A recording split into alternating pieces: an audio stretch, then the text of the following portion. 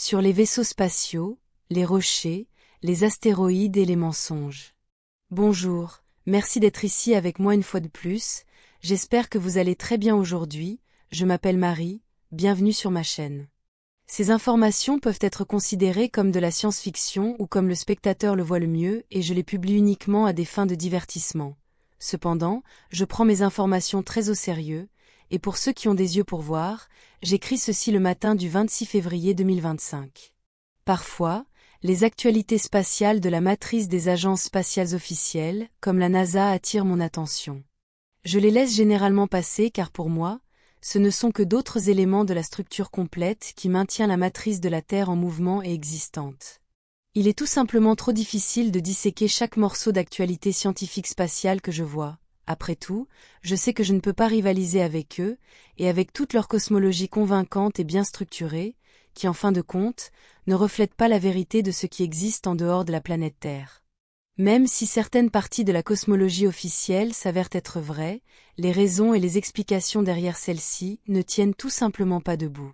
La version cosmologique officielle, celle que la science dominante accepte comme réelle, est basée sur une série de modèles mathématiques auto-réalisateurs et auto-soutenus qui soutiennent et expliquent leur science de la physique et est donc la base d'un ensemble logique de théories bien établies et bien développées qui tentent d'expliquer comment fonctionne l'univers.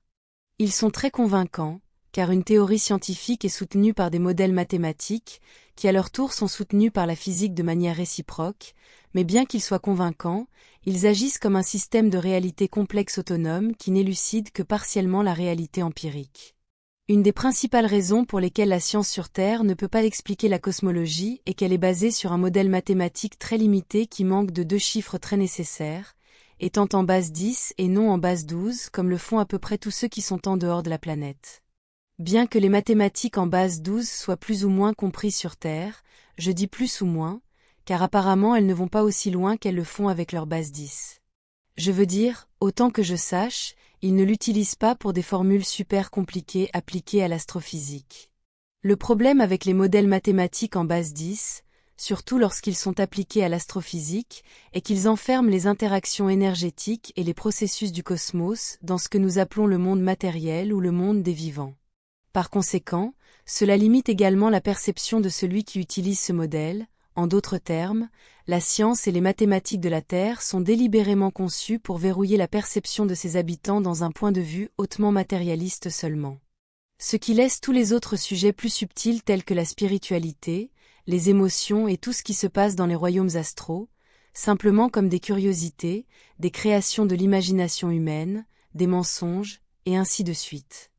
Cela va jusqu'au point où si quelque chose d'astral ou de paranormal est prouvé pour exister, ils voudront toujours l'expliquer avec des termes scientifiques simples, ou si la preuve de tel ou tel événement paranormal particulier est écrasante, ils diront toujours que, je cite, « cela doit avoir une explication scientifique ». Fin de la citation.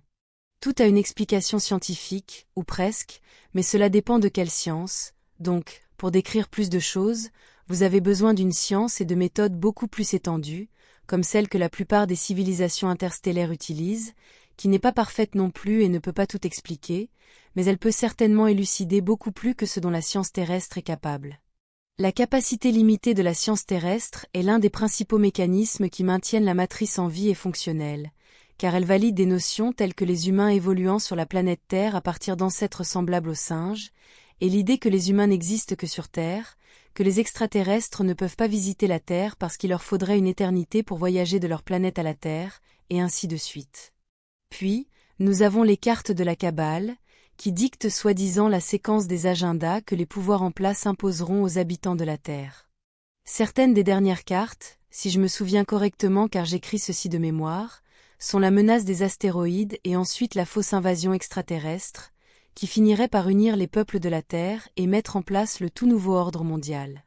Et puis nous avons Oumuamua, l'astéroïde prétendument étrange en forme de cigare qui est passé près de la position générale de la Terre en 2017, supposément le premier objet jamais enregistré comme venant clairement de l'extérieur de ce système solaire. Il a rapidement déclenché un débat animé parmi les scientifiques terrestres, au point où certains ont affirmé qu'il pourrait éventuellement être une sonde extraterrestre, ou quelque chose dans ce sens, et non pas un simple rocher aléatoire. À mon avis, C'est la combinaison parfaite d'un astéroïde dangereux et d'un vaisseau extraterrestre, donc très efficace pour faire avancer leur propagande et leurs agendas de peur à venir. Mais maintenant, ce que je vois à propos des Oumuamua, c'est que c'est un non-sens total, et seulement un gros mensonge provenant des agences spatiales contrôlées par des sociétés secrètes, faisant partie du programme de désinformation contre l'humanité, et plus de la même cosmologie forcée qui ne reflète pas la réalité empirique externe. Et je mentionne Oumuamua car j'ai entendu dire qu'il revient, ou qu'il y en a un autre en approche, et cette fois il est suivi par plusieurs petits objets similaires comme s'il l'escortait. Je vois cela comme lié à l'alerte aux drones de l'année dernière, car cela sert également à renforcer l'idée de la possibilité d'une invasion extraterrestre, tout en attirant l'attention du public sur les astéroïdes, comme celui qui est censé être dangereux et pourrait potentiellement frapper la Terre en 2032. De mon point de vue, de tels objets spatiaux comme Oumuamua n'ont aucun sens, car il est bien plus petit que les grands vaisseaux spatiaux moyens, dont il y en a toujours environ 1000 de plus d'un kilomètre en orbite autour de la planète à tout moment. Oumuamua mesure seulement entre 200 et 240 mètres, selon ce que je viens de rechercher en ligne, donc je pense que vous comprenez où je veux en venir. Cela soulève la question. Comment se fait-il que toutes ces agences spatiales officielles et mainstream puissent détecter un objet en forme de cigare lointain et de petite taille se déplaçant à grande vitesse à travers ce système solaire, et pas tous ces vaisseaux spatiaux stationnés en orbite terrestre? Ce n'est pas parce que tous ces vaisseaux spatiaux sont, je cite, dans une autre densité, c'est simplement parce que tous ces scientifiques terrestres sont formés pour les ignorer, peut-être même menacés de se taire. Cela concerne surtout les astronomes, bien que rappelez-vous qu'ils utilisent des télescopes qui ne peuvent se concentrer que sur des objets très éloignés, qui représentent une très petite fraction du ciel nocturne, bien que la manière dont ils parviennent à ignorer complètement la présence de tant de grands vaisseaux me laisse perplexe, je ne parviens pas à trouver une explication complète à cela. C'est aussi parce qu'en 2016, il y avait un gars en ligne, sur le désormais disparu Google+, et peut-être aussi sur YouTube, qui avait l'habitude de télécharger des photographies améliorées de vaisseaux spatiaux stationnés en orbite terrestre, qu'il obtenait avec son télescope simple mais puissant. Il les appelait des chars si je me souviens bien, et il a fini par avoir une dispute en ligne avec Anneka de Temer, anciennement de ce groupe, avec lequel il était brièvement en contact, je ne sais pas pourquoi ni sur quoi ils se sont disputés. Au fait, juste pour être clair, on m'a raconté tout cela il y a quelque temps, par certains de mes amis tégétiens. Je n'ai pas vécu cela, donc je n'ai aucun souvenir direct de ces événements, le fait est qu'au moins certaines personnes ont vu et enregistré des vaisseaux spatiaux stationnés en orbite terrestre, mais comme nous pouvons le constater, ils ne sont jamais validés et sont rapidement classés comme des farfelus, si vous voyez ce que je veux dire. À propos de Oumuamua, je dirais ceci directement, d'ici, je ne vois rien. Nous ne savons pas du tout de quoi il parle car aucun objet enregistré ne ressemble vaguement à cette chose, ou peut-être que nous classifions mal un autre objet existant, qui sait. Il y a d'innombrables roches spatiales et astéroïdes près ou autour de la Terre et de toute autre planète tout le temps, passant ou se déplaçant à diverses distances, et sont pour la plupart pas une menace. Le fait est que les scientifiques terrestres regardent un objet particulier qui sert leurs agendas, ou ils l'inventent entièrement, tout cela en ignorant ce qui est devant leurs yeux, tous ces vaisseaux spatiaux stationnés en orbite terrestre. Et je ne doute pas qu'ils pourraient soudainement commencer à les voir, car leur présence peut certainement être utile dans le cadre de la mise en scène de la fausse invasion extraterrestre. Nous verrons comment les choses évoluent et comment évoluent leurs agendas contre l'humanité. En parlant de roches spatiales, d'astéroïdes et de vaisseaux spatiaux, la forme la plus courante de vaisseau spatial dans tout le cosmos connu, est celle que la plupart des cultures interstellaires utilisent, en particulier celles qui sont nouvelles dans le voyage spatial à longue distance, n'est pas le disque ou la soucoupe volante, comme la plupart des gens le penseraient, c'est l'astéroïde évidé. Ces nouvelles civilisations spatiales de tout type, genre et race, saisissent un rocher ou un astéroïde approprié, ferme et principalement métallique, et les vident. Ensuite, ils placent un moteur à l'arrière et un pont de contrôle à l'avant, ainsi que tout ce dont ils ont besoin, et ils sont prêts à partir. L'astéroïde évidé est une bonne idée pour un vaisseau pour de nombreuses raisons. Premièrement, cela leur donne une coque gratuite, car ils n'ont pas besoin d'en fabriquer une à partir de zéro, et c'est aussi très épais et résistant aux impacts d'autres objets célestes plus petits. Deuxièmement, cela donne à ces nouveaux habitants de l'espace un camouflage parfait contre leurs ennemis potentiels, et contre tout ce qu'ils pourraient rencontrer d'inconnu lors de leur voyage.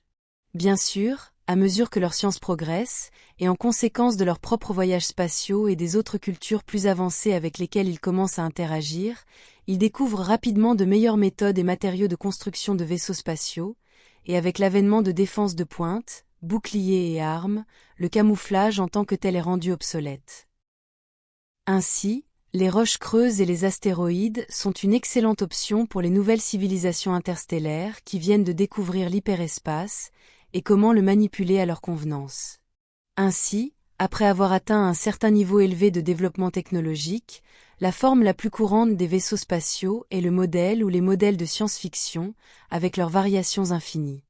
Si un vaisseau spatial est plus grand qu'un certain point non spécifié, de nombreuses civilisations, telles que les Andromédiens ou les Arcturiens, ont tendance à utiliser des sphères comme forme préférée pour leurs vaisseaux spatiaux, même si elles utilisent également toute autre forme dans leurs petits vaisseaux.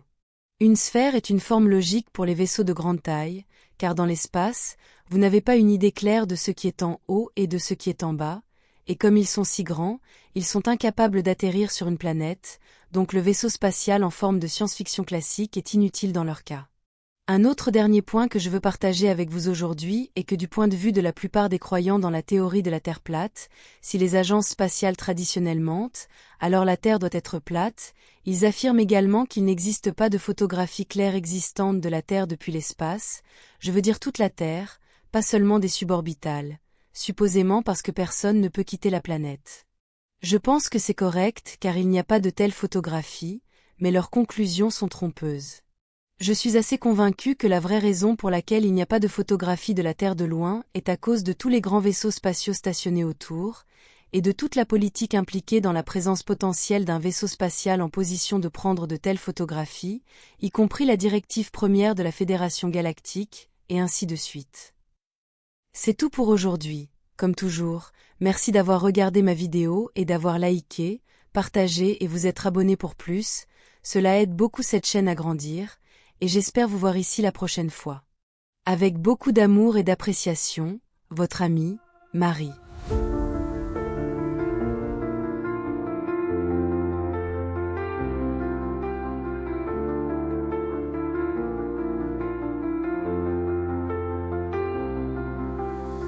Dans l'immensité des cieux, nos rêves se déploient. Une étoile de nos voeux vers un monde de joie. Chaque lumière dans la nuit raconte une histoire, un voyage infini aux confins de l'espoir. Nous sommes des voyageurs sous un ciel infini, portés par des ailes d'astres dans un rêve ébloui. Nos cœurs battent à l'unisson dans la danse des étoiles. Un amour sidéral nous emporte vers l'idéal.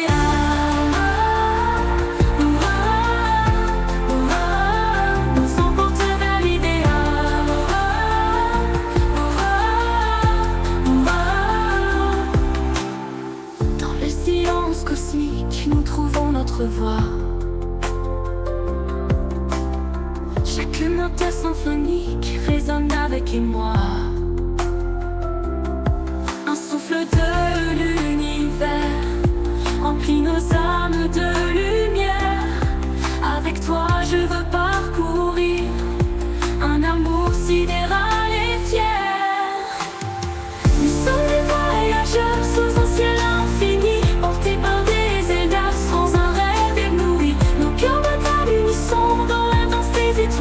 un amour sidéral nous emporte vers l'idéal. Nous sommes des voyageurs sous un ciel infini, portés par des ailes d'astres dans un rêve ébloui. Nos cœurs battent à l'unisson dans la danse des étoiles. Un amour sidéral nous emporte vers l'idéal.